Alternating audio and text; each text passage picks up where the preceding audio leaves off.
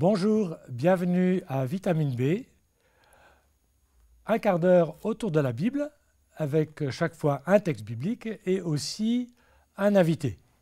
Et nous avons le plaisir d'accueillir aujourd'hui le docteur Mamadou Karambiri, qui, avec son épouse Marie-Sophie, est fondateur du Centre international d'évangélisation, dont le siège est au Burkina Faso, à Ouagadougou.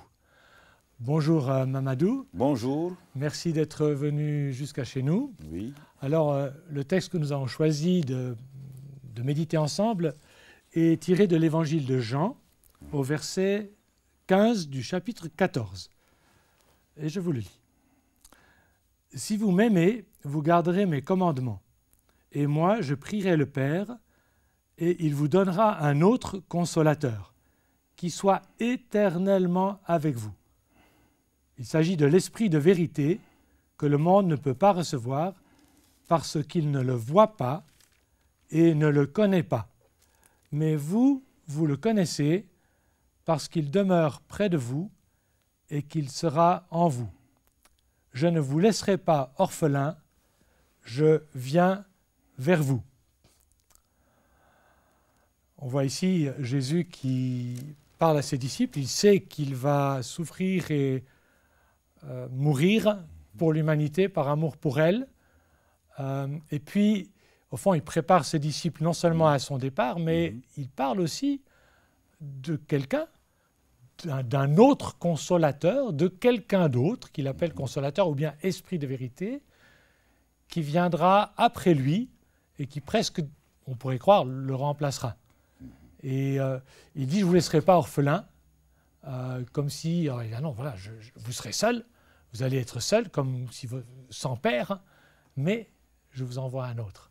Qui est cet autre? Pourquoi leur dit-il ça? Qu'est-ce que tu en dis, Mamadou? Cet autre est le Saint-Esprit, car pendant la vie de Jésus et son ministère de 3 années et demie, il était le premier consolateur de ses disciples. Un consolateur en grec veut dire parakletos. Oui. Mais le terme qui est utilisé ici, il dit un autre consolateur. Et en grec, si on regarde bien, en français du moins, quand nous regardons, un autre veut dire différent. Oui. Mais en grec, il dit atos parakletos. Il y a allos parakletos et hétéros. Et là, c'est hétéros. Hétéros, c'est ça. Mais s'il dit un autre consolateur, c'est quelqu'un qui a la même dimension que lui, la même nature que lui, donc la même position que lui, donc qui viendra faire textuellement ce qu'il faisait. Et mais maintenant, ce parakletos a un avantage, c'est qu'il ne sera pas avec eux individuellement, il sera en eux. Et il a la possibilité de se manifester dans tous les croyants qui doivent venir dans ce monde-là. Et en même temps, il peut être dans des milliards de croyants sur tous les continents au même moment. Alors que Jésus-Christ s'était limité lui-même à vivre avec une personne à la fois ou dans un groupe assez restreint. Donc, c'est pourquoi il dit, il vous est avantageux que je m'en aille et que ce parakletos vienne. Et pour dire qu'il ne doit pas être orphelin, parce que ses disciples, pendant 3 années, Jésus était un avocat pour eux, un conseiller pour eux. C'est un autre sens du mot parakletos. Voilà, parakletos. Avocat, défenseur et tout. Et Jésus a été cela pour quelques-uns, en chair et en os. Voilà. Et maintenant qu'il s'en va, tout de suite, là, comme un enfant qui voit son père partir de la maison, l'enfant devient brusquement, il se renferme sur lui, il se sent rejeté, il se sent abandonné. Jésus dit non, il vous est avantageux que je m'en aille, car quelqu'un d'autre, appelé l'autre parakletos, viendra et restera avec vous, mais en particulier, il sera en vous et vous ne serez plus orphelins. Mais Jésus aussi, les disciples l'ont reconnu pas seulement comme un homme, mais ils ont reconnu en lui la parole de Dieu incarnée, donc Dieu lui-même, le Fils de Dieu. Il est le Logos incarné, il est le Fils de Dieu, car l'incarnation, c'est toujours Dieu qui devient homme et à travers sa naissance donc par Marie la Vierge. Oui. Et à cet effet, c'était la semence divine déposée dans Marie sans que Marie n'ait un effet sur lui. C'est pourquoi il n'a jamais été touché par aucun péché. Il est sorti, c'est la parole, le Verbe incarné, et qui maintenant peut venir et aider les hommes, même dans leurs péchés, pour les sortir de ces péchés-là. Et alors il annonce, alors qu'il va partir, mourir et puis monter vers son Père au ciel, c'est-à-dire au travers de la croix et de la résurrection. Il annonce, mais il y en a un autre, comme j'ai été moi avec vous en chair et en os, de même nature que moi, c'est ça qu'il dit, qui va venir. Oui. Et pourtant, c'est pas lui. C'est pas lui, parce qu'il y a la divinité, il y a le Père, le Fils et le Saint-Esprit. Le Père, nous l'avons vu sa présence avec Abraham, avec d'abord Adam dans le jardin d'Éden, ensuite avec Abraham, Noé et les autres. Mais à un moment donné, le Père a annoncé que quelqu'un d'autre viendrait, que le Fils viendrait. Le Fils est venu comme l'agneau de Dieu et qui est venu pour ôter les péchés du monde. Et quand il a accompli cela à part la croix et sa résurrection, il a annoncé maintenant qu'un autre doit venir, le Saint-Esprit. Et quelle est la réalité du Saint-Esprit? Le Fils est venu pour sauver l'humanité. Le Saint-Esprit est venu faire naître les gens de nouveau dans le nouveau royaume de Dieu. Car le Fils est le dernier Adam qui a fini la race d'Adam et il a commencé une nouvelle génération d'hommes. Il est le second homme à la fois. Donc un second homme, mais qui devient une réalité lorsque le Saint-Esprit vient dans votre cœur, vous donne un cœur nouveau et vous appelez une nouvelle créature. Pour moi, ça c'est une des réalités les plus incroyables du cadeau que Dieu nous fait. C'est une nouvelle création.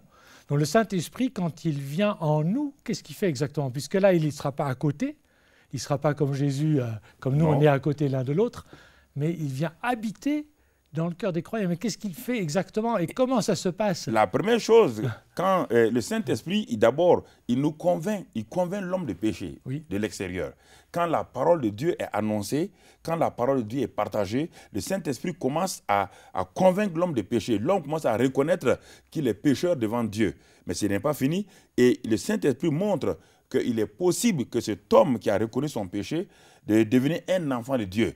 Et lorsque nous acceptons donc chez Jésus-Christ comme l'agneau de Dieu qui ôte le péché et que nous invitons ce Jésus, et il y a un phénomène extraordinaire, c'est que le Saint-Esprit se met en mouvement. Et quand il se met en mouvement, il vient dans l'homme. Et quand il vient dans l'homme, non seulement il change le cœur de l'homme, pas le cœur physique, mais la personnalité, l'homme intérieur, la race adamique qui a péché, il ôte cela et le Saint-Esprit donne un nouveau cœur. Et cet homme qui était là, qui était méchant dans sa nature, voit brusquement un changement qualitatif qui se passe en lui. Il voit une transformation radicale qui se manifeste en lui. Et le Saint-Esprit, dans Romains 5,5, qu'est-ce qu'il fait? Il répand l'amour de Dieu dans nos cœurs et il amène la nature divine en nous. Et cette nature divine-là, donc, c'est l'amour, la joie, la paix. Et cet homme qui était un violent devient doux. Et les gens, tout son entourage dit, mais qu'est-ce qui vous est arrivé? Qu'est-ce qui s'est passé? Mon exemple, c'est ça. J'étais un jeune homme violent à l'université. Je faisais le sport parce que je pensais que le sport et la musique étaient les seuls moyens pour qu'un homme puisse prévaloir dans ce monde-là. Et pour cela, je piétinais tout le monde. Et c'est dimanche après-midi, quand je suis dans cette église pour entendre l'évangile, quand ce prédicateur s'est levé, il a prêché un évangile simple. Quand il a lancé l'appel, qui veut donner sa vie à Christ? Je n'ai pas su, je me suis tenu devant cet homme-là. J'ai fait la prière de repentance. Il m'a dit, voulez-vous recevoir Christ? Je l'ai reçu. Et quand je suis arrivé à l'université, le lendemain, j'étais un nouvel homme. Je ne comprenais pas ce qui s'était passé, mais ce sentiment de violence est parti. Direct. Cette haine est partie. Directement, instantané. Une nouvelle réalité. Une nouvelle réalité est venue. Et magnifique. Les gens étaient étonnés à l'université. Et quand ils voyaient, mais qu'est-ce qui s'est passé, Mamadou? Tu es plus violent. Il dit, je ne comprends pas ce qui s'est passé, car l'amour de Dieu a envahi mon cœur. Et c'est ça, le rôle du Saint-Esprit. Alors là, je suis tellement émerveillé moi-même par ce que Dieu fait par l'action du Saint-Esprit qui recrée dans nos cœurs. Mais bon, il y a un changement comme ça, initial très fort, très direct, mais après, on voit quand même pas mal de chrétiens qui luttent et qui les chrétiens luttent parce que la nature nouvelle qu'ils ont reçue est une réalité. Mais cette nature nouvelle concerne leur esprit qui est régénéré. Mais ils ont vécu, ils ont été moulés dans le moule de ce monde que Pierre appelle les vaines manières héritées de nos pères. Donc dans les pensées, les façons de penser, les émotions. Alors, brusquement, il y a comme un combat intérieur.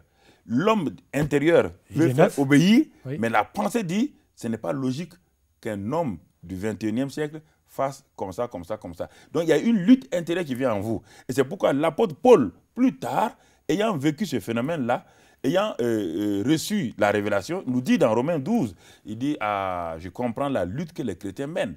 ils sont nés de nouveau, ils sont des enfants de Dieu, mais lorsqu'ils ont envie de faire telle chose, ils ne peuvent pas le faire. Et moi, je pense qu'en ce moment-là, il s'agit d'un renouvellement de l'intelligence. C'est-à-dire que leur intelligence doit être soumise à la parole de Dieu.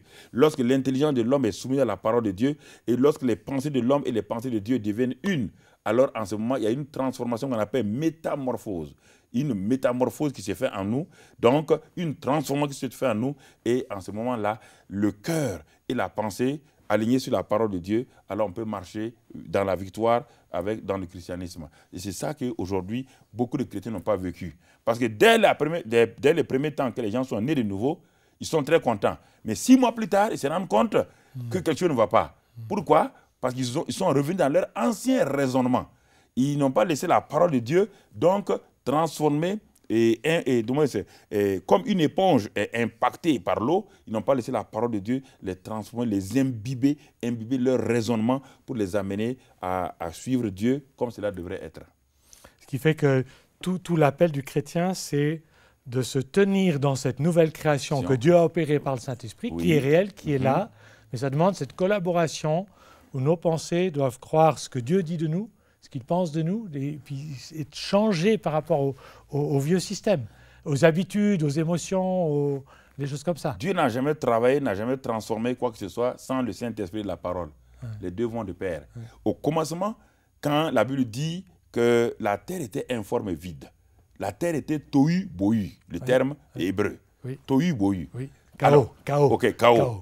Alors, comment Dieu a-t-il fait pour ramener quelque chose de nouveau? C'est la nouvelle création comme cela. Que Dieu a-t-il fait? Premièrement, il a envoyé le Saint-Esprit qui a commencé à se mettre en mouvement. Et quand le Saint-Esprit s'est mis en mouvement, le Saint-Esprit a la puissance, mais il ne peut pas agir sans la parole. Il s'est mis, il a regardé tout ce qui s'est passé et Dieu a parlé. Et dès que Dieu a parlé, le Logos étant sorti, le Saint-Esprit et le Logos, puisque Paul dit dans Éphésiens 6, 12, 13 et autres, que la parole est l'épée du Saint-Esprit. Alors, si la parole est l'épée du Saint-Esprit et que Dieu veut créer un nouveau monde, une nouvelle terre, et qu'il envoie le Saint-Esprit, mais sans la parole, le Saint-Esprit n'a pas son épée pour travailler, mais quand Dieu a parlé, le Saint-Esprit, la parole, on a amené une nouvelle terre. Et c'est pourquoi il y a eu un premier jour, il y a eu la lumière et les ténèbres qui ont été séparées. La vie chrétienne, c'est la même chose. Un homme né comme moi dans les ténèbres du péché, je ne connais pas Dieu, le Saint-Esprit vient dans ma vie, la parole de Dieu vient, brusquement la lumière de Dieu, le Saint-Esprit, la parole produit la lumière. Et quand la lumière vient, les ténèbres s'en vont. J'ai mon premier jour, je suis une nouvelle création, et comme le premier jour du monde. Merci beaucoup. On arrive déjà au bout de l'émission. Merci beaucoup, Mamadou. Merci aussi à vous d'être avec nous. Et quelle puissance dans la parole de Dieu, aussi dans ce texte que nous avons lu. Et pour vous aussi qui êtes avec nous, cette parole peut être celle d'un premier jour, celle d'un changement, parce que cette promesse du Père qu'il enverrait un autre comme Jésus-Christ, elle est aussi vraie pour toi. Si pour toi, Jésus-Christ est l'agneau de Dieu, si pour toi tu es dans des luttes avec des vieux caractères, avec de la violence, avec de l'avidité, avec toutes sortes de choses qui te détruisent, pour toi aussi, il y a la possibilité d'être changé, recréé. Et pour cela, à la fois l'agneau de Dieu qui pardonne nos péchés et le Saint-Esprit qui nous recrée en venant en nous. Merci beaucoup et à tout bientôt. Au revoir.